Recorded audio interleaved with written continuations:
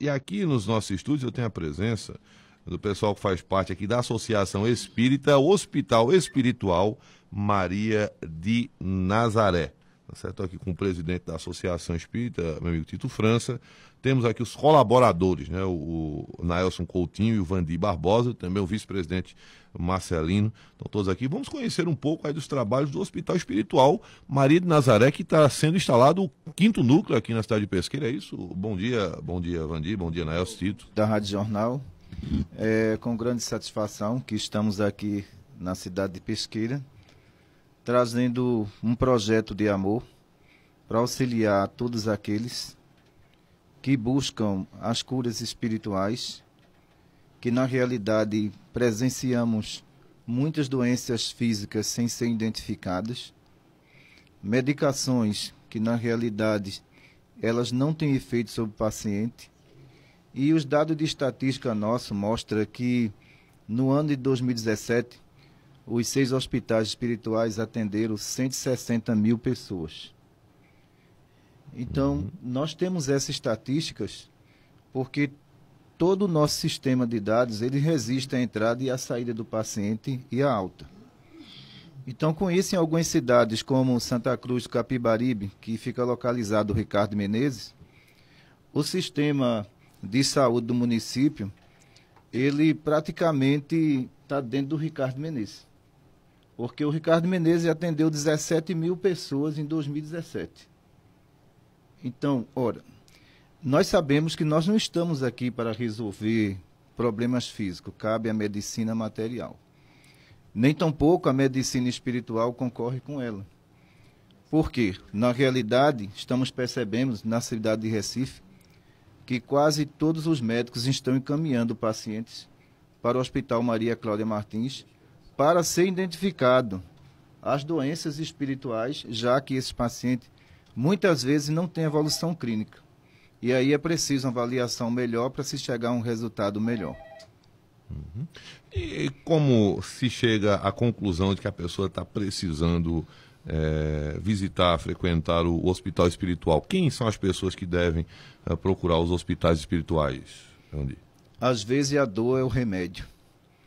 E percebemos muitos casos de depressões em adolescentes que querem se matar sem motivo nenhum, onde tem que haver um diagnóstico, se é espiritual, se é por perda, se é por viciação de droga, para que nós venhamos a trabalhar em conjunto, médico espiritual e psicólogas, onde temos no Maria Cláudia Martins 7 psicólogas como voluntárias. Identificando, sabendo que a causa é espiritual, percebemos claramente pela persistência em querer morrer. E após o tratamento, muitas vezes o paciente se esquece até que queria se matar. Quer dizer, de tanta fascinação que ele tinha em querer se livrar da sua própria existência. Então, esse quadro, ele está sendo mais desenvolvido em adolescentes do que mesmo em pessoas adultas. E olha que não é adolescente pobres. São pessoas da alta sociedade que nos procuram com adolescentes problemáticos, sem motivo nenhum, querendo tirar sua própria existência. A gente percebe, até você falando desse caso dos adolescentes, recentemente teve aquele caso daqueles jogos virtuais, né? A Baleia Azul, por exemplo, era um jogo que induzia o adolescente a atentar contra a própria vida. Isso seria um problema espiritual hoje considerado grave na população, porque parece uma facilidade tão grande a pessoa chegar a intervir na vida de outra pessoa, dominar a situação e determinar a pessoa, você vai fazer isso, isso, isso, e no final das contas você vai tirar a sua própria vida. Essa pessoa, essa fraqueza espiritual hoje, seria, digamos, uma doença comum hoje entre a população, em especial a população jovem, adolescente? As obsessões virtuais, ou chamada coletiva, estão em toda parte. E é uma facilidade enorme.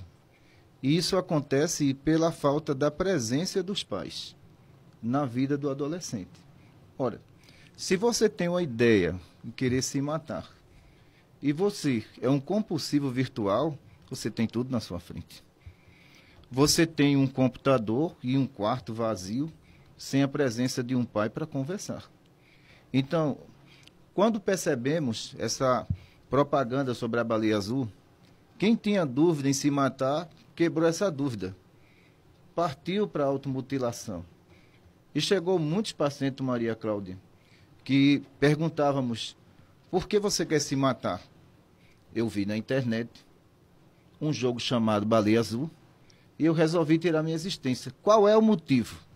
O motivo principal é a distância dos meus pais, a indiferença deles e muitas vezes a crítica pesadíssima em cima do próprio filho. Então, existem pais que eles não elogiam, eles criticam. Esses jovens se tornam um ser completamente isolado de si mesmo. Imagine um jovem isolado, o outro à distância, induzindo ele a pensamentos suicidas.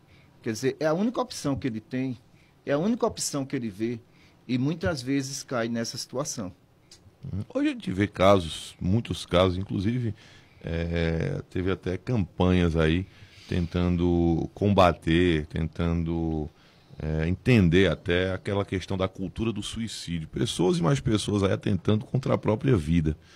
O que leva essas pessoas a chegarem a esse ponto? A gente está aqui especificando um pouco os adolescentes, mas no geral, o que tem acontecido de pessoas aí atentando contra a própria vida, né, praticando essa agora chamada cultura do suicídio, é uma coisa absurda, né? O que é que leva o ser humano a não dar valor à única coisa boa que ele tem, que é a própria existência, né? Você não valorizar a sua vida, o que é que você vai valorizar, afinal? Então, por que essas pessoas chegam a esse ponto, digamos, extremo, que é essa questão de querer se livrar da própria existência? As gerações do passado enfrentou maior dificuldade do que as gerações do presente. E essas gerações sobreviveram a essas dificuldades. Nós estamos numa geração moderna, de grandes facilidades. E a partir do momento que nós observamos que essas pessoas não veem razão em viver, elas têm que perceber que a geração atual não tem a mesma dificuldade da geração do passado. Você tem a facilidade, mas as gerações atuais não foram preparadas para decepções. Se não foram preparadas para decepções, qualquer motivo é motivo de querer tirar sua própria existência. Mas nós temos que entender que existe fase da vida difícil e que nós temos que superar essas fases. E muitas vezes não queremos. A perda econômica, por exemplo, leva ao suicídio por quê? Por vergonha e orgulho. Você não quer admitir que você não tem o mesmo padrão agora econômico. Então você não quer partir para a humildade e termina tirando sua própria vida. Hoje o hospital espiritual, ele procura, digamos, tentar resolver, tentar ajudar essas pessoas de que forma? O que seria hoje o trabalho que o hospital espiritual realizaria numa pessoa que chegaria com esse tipo de problema? Eu estou aqui cansado de viver, eu não quero mais viver, minha vida para mim não tem mais sentido, não tem mais valor, e eu estou pensando em acabar com a minha existência. Ele chega, procura as pessoas do hospital espiritual, o que é que ele vai receber? Qual a solução que o hospital vai apontar para ele? O primeiro diagnóstico e avaliação que fazemos são as questões espirituais, as persistências. Existem pacientes que dizem que escutam vozes, e essas vozes estão pedindo que ele tire sua própria existência. Mas o trabalho tem que ser em conjunto. Então, Maria Cláudia Martins tem um psiquiatra que é voluntário. Vamos unir agora as duas medicinas, a psiquiatria com o espiritismo? Conseguimos fazer isso. Nós fazemos a nossa parte de cuidar das questões espirituais e o psiquiatra vai avaliar e diagnosticar. Então, esse é o caminho para tirar a criatura do suicídio. O outro caminho é o apoio da família, não é a distância dela. Além desse caso das pessoas tentarem contra a própria vida, quais as outras áreas que o hospital espiritual ele trabalha com as pessoas?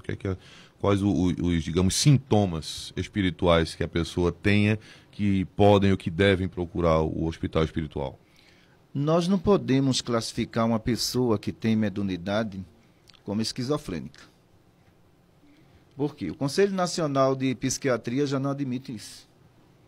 E já diz claramente que o paciente que escuta a voz e diz que vê espírito, ele deve ser medicado, mas ele não deve ser taxado como esquizofrênico. Essa é a primeira saída. Porque você imagina alguém que vê, escuta, e de repente não tem nenhum apoio. Então, os hospitais espirituais aproximam, esclarece aquele paciente para que ele saia daquele quadro. Saindo daquele quadro, ele vai observar simplesmente que ele tem faculdades mediúnicas bastante apuradas, mas que infelizmente foi taxado como esquizofrênico, e não são.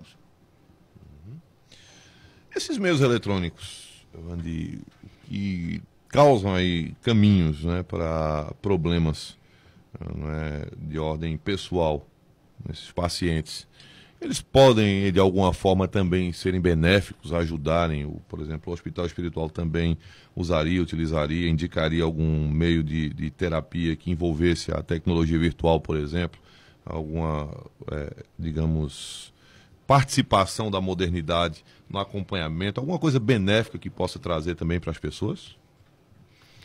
Às vezes, a pior notícia é a que dá mais ibope. E as pessoas se esquecem que a internet é um mundo de bondade, não é de maldade. Infelizmente, os pensamentos, eles acessam o que não se deve, que vai se refletir na personalidade, no dia a dia e na família, né? Evandi, e como faço, como um paciente, como uma pessoa que está precisando de ajuda, como ela faz para ir ao hospital espiritual, procurar uma pessoa no hospital para que seja ajudado, como é que ela faz, onde ela localiza, como funciona, quais os caminhos que ela deve seguir? Se estão à distância, Núcleo Central de Medicina Espiritual do Nordeste. No Google, ele vai ter todos os hospitais e as localizações deles. Fez uma pesquisa ali, ele Ao chegar nos hospitais espirituais, nós temos todo um atendimento de acolhimento àquele paciente. Todos os pacientes, eles vão ser atendidos. Então, em média, nós temos 60 consultas nos hospitais espirituais por semana.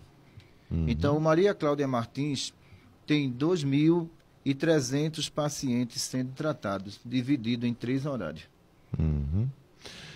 Essas pessoas que, por exemplo, têm aquela mentalidade, digamos, fechada, né? Tem muita gente que fica receosa, por exemplo.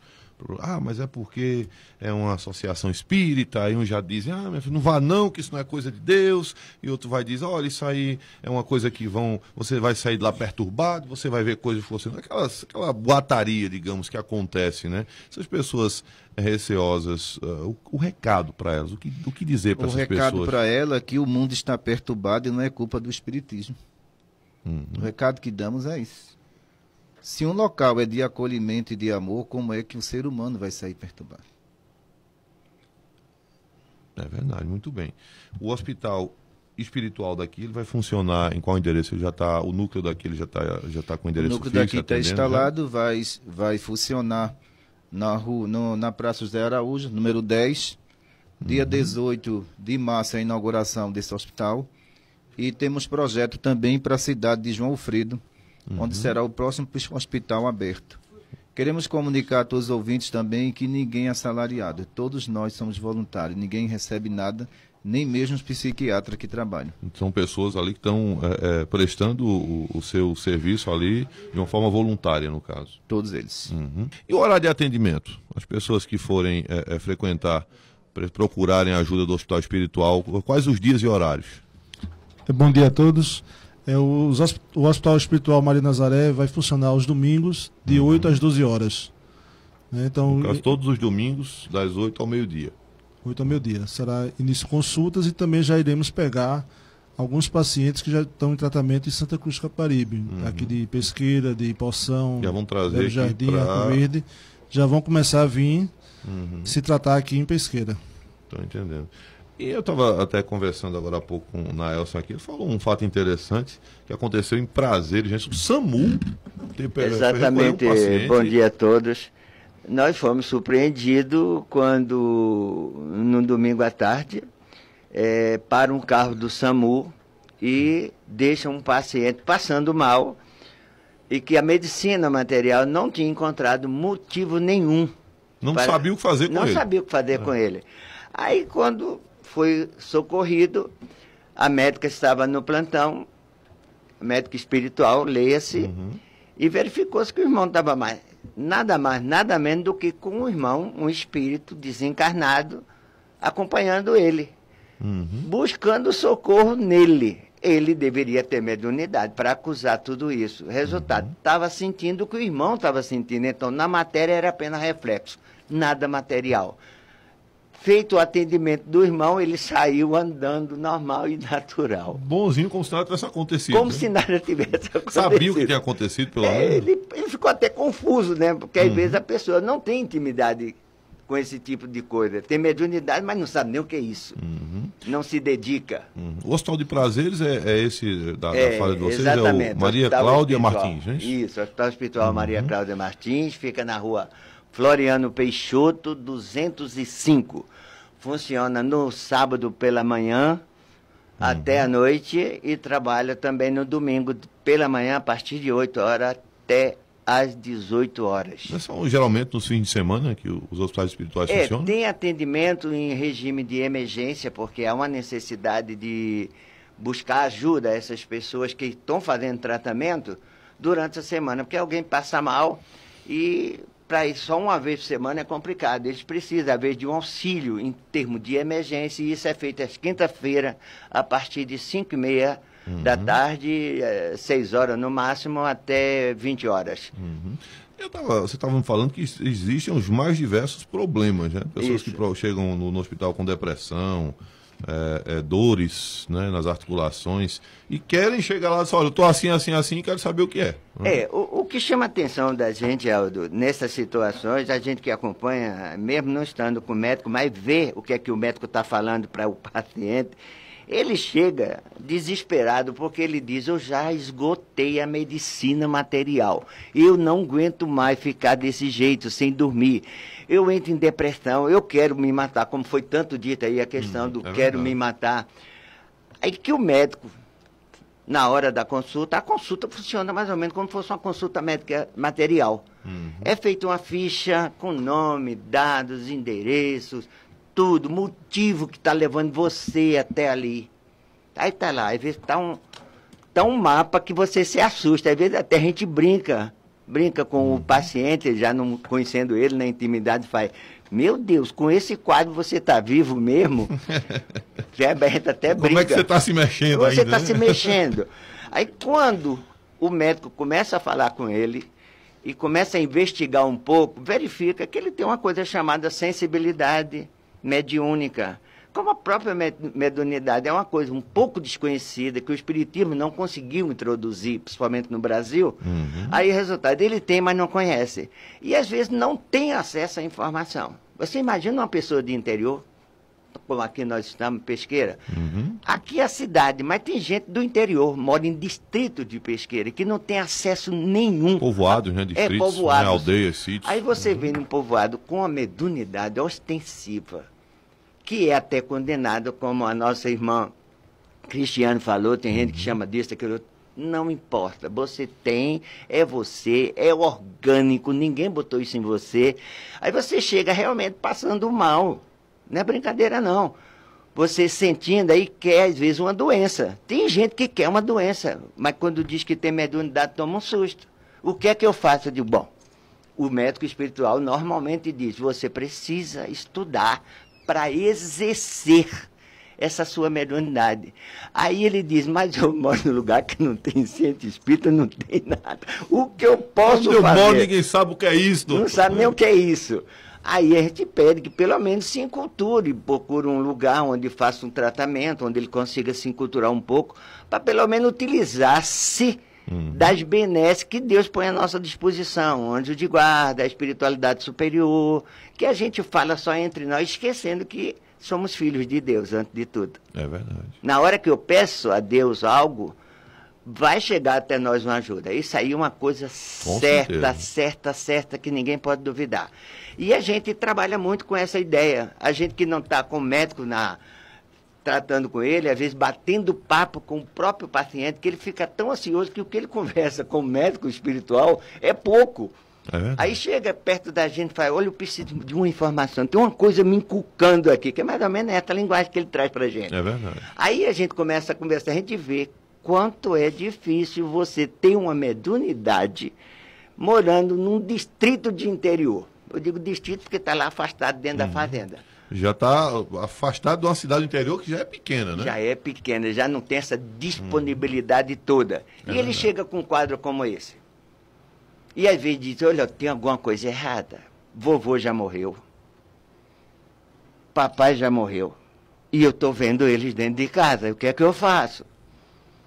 Esse o que é que eu faço é trágico, se você não tiver quem responda para ele. Você chega numa cidade, num lugar assim, mais distante, pensa, rapaz, fulano está enlouquecendo. Já diz logo, aí né? vem a ideia do já louco. associa a loucura, né? Aí vem a ideia de louco. É você está vendo quem morreu? Isso é loucura, não pode. Leva. Chegou um caso de uma criança que estava tendo uma situação dessa e a mãe estava levando ele para o psiquiatra, assim.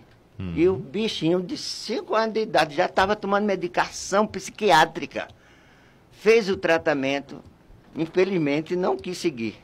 A médica disse textualmente para ela, mãe, teu filho não é louco, para de dar remédio dessa condição para ele, fala com o médico. Para de dar remédio, faz um tratamento espiritual, ele tem uma mediunidade especial que chega a levar ele a colapso, como se fosse uma síncope, ele desmaia, mas não tem nada problema grave psicológico ou mental nessa criança. Se continuar tomando a medicação que está, aí você vai dar um problema para o teu filho. Aí sim vai gerar um problema, né? Viu o que a mãe pergunta para a médica? Isso pode ser curado, doutora? Isso tem cura? Isso tem cura? É a primeira pergunta que vem à mente. Mas né? é. Aí a médica, logicamente, diz, olha, mãe, não tem cura, porque isso é uma predisposição orgânica do teu filho. Então, isso não tem cura. O que tem, sim, é um tratamento espiritual e lá na frente ele se inteirar, se educar, conhecer. A gente só se livra daquilo que a gente conhece. O que a gente não conhece, nos casos, é medo mesmo. Não tem outro jeito. A mãe disse, se ele não se cura, ele vai voltar para o remédio. Infelizmente, mais um médico dopado na face da terra. Eu vou perguntar uma coisa meio curiosa aqui, uma coisa minha mesmo, uma pergunta por curiosidade. A gente falou muito essa questão do suicídio, né? O que leva a pessoa a cansar de viver. E aquele caso, Vandir, de uma pessoa que já está ali no final do tempo, no seu tempo de vida, está ali em fases terminais, digamos assim, mas ela não quer se entregar, né? Ela não aceito ainda. Eu conheci uma senhora que ela já estava velhinha, já bem velhinha, e quando você falava em alguma coisa relacionada, ela começava a chorar. Não, eu não quero morrer, não. Aí começava a chorar. Ela não queria. É como se dissesse assim, não quero um não para aquele final que está prestes a acontecer. O que vai acontecer, a gente sabe. Todos nós um dia iremos, né? O nosso fim dos dias é a única certeza que temos. Ninguém sabe quando, mas sabe que vai. E quando a pessoa não aceita, não quer ir de jeito nenhum, isso também seria uma questão espiritual? Quanto maior o medo de morrer, maior a dívida do espírito.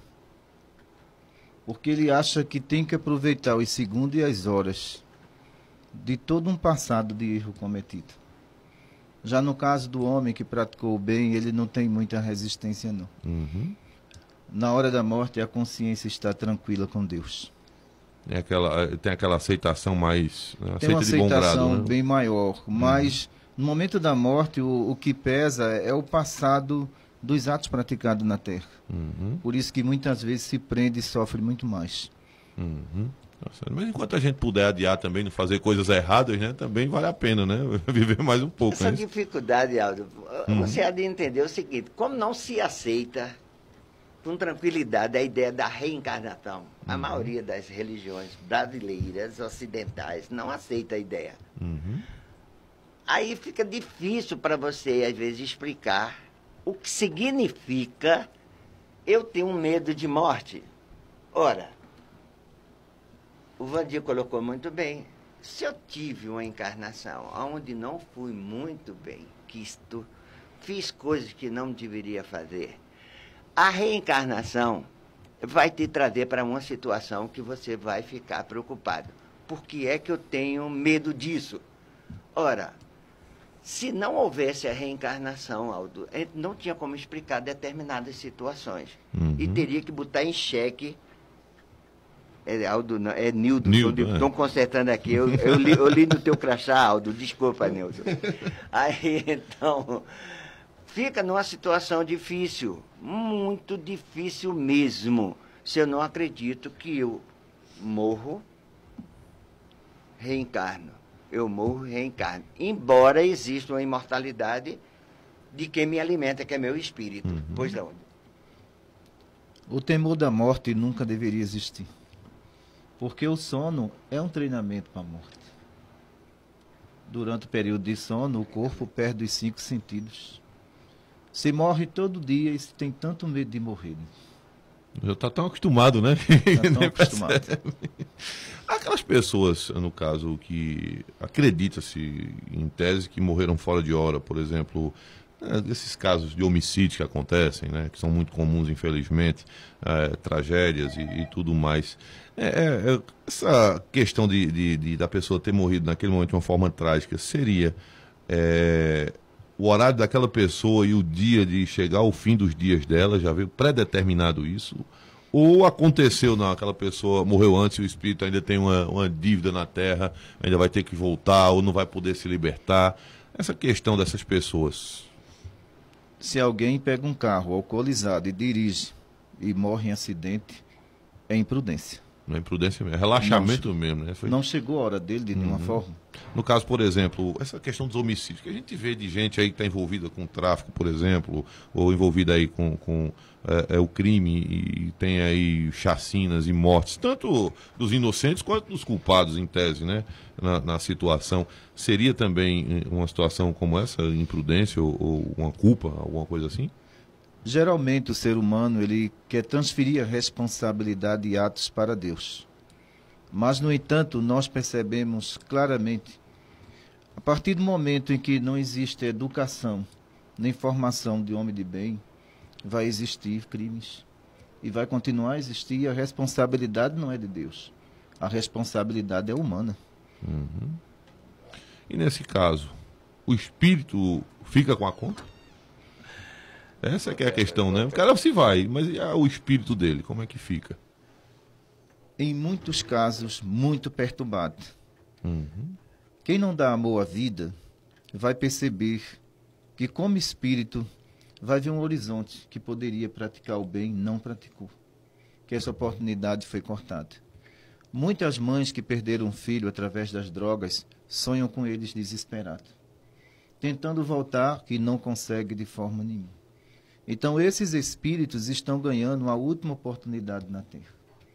A transformação moral que está acontecendo no mundo é uma transformação dura, mas é necessária. Não se mata só em país de terceiro mundo, não. Em país de primeiro mundo se mata 14, 15, 20 de uma vez só.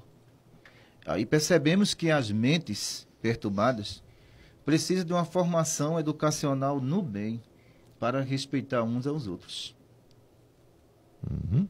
São 10h40, 10h40. Eu queria agradecer a presença de vocês aqui. Queria mais uma vez reiterar que o atendimento do Hospital Espiritual Maria de Nazaré vai ser inaugurado dia 18 desse mês, né? Dia 18 de março. A inauguração vai ser lá no próprio prédio do... Então é lá, abertura, né? Já vai ser a abertura, já com funcionamento, então, no dia 18, não é isso? E vai ficar atendendo todos os domingos, das 8 às 12, não é isso? Tá certo, então, meu amigo Vandir, Naelso, Tito França aqui. Eu queria deixar à disposição os microfones para mais algum recado que vocês queiram mandar. Pode ficar à vontade. Só lembrando que você perguntou aí por que só o final de semana geralmente os hospitais atendem, né? Justamente porque são hospitais sem fins lucrativos, né? E funciona com voluntários. Mas, cara, seria uma questão também de disponibilidade das pessoas.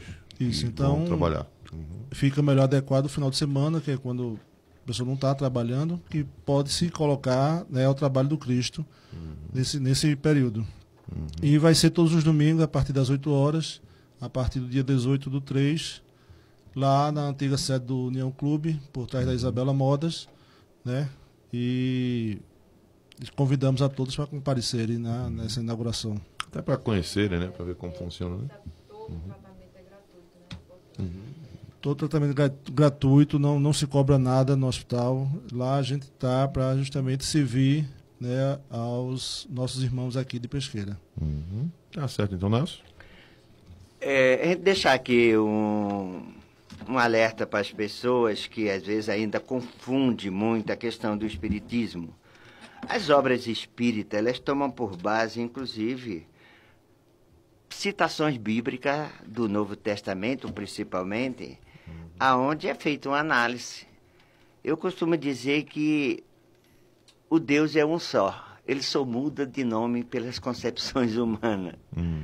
Nós trabalhamos com Deus, todas as obras é fundamentada nos ensinamentos básicos de Jesus, e eu acredito que por existir religiões que falam de espiritismo sem necessariamente ter a doutrina básica como referência, confunda a cabeça das pessoas. Eu deixo bem claro o que está acontecendo, ou o que vai acontecer aqui em Pesqueira com o novo hospital, tudo é fundamentado no espiritismo, tal qual o seu idealizador, o seu, vamos dizer assim, intermediário que trouxe da espiritualidade, Allan Kardec, trouxe para nós ensinamentos de Deus, ensinamentos de Jesus. É assim que ocorre e não vai ser diferente nunca. Eu gostaria de deixar a mensagem final, que nunca desistam de praticar o bem. Se Deus acredita em nós, temos que acreditar um no outro. Muita paz para todos os ouvintes da Rádio Jornal do Pesqueiro.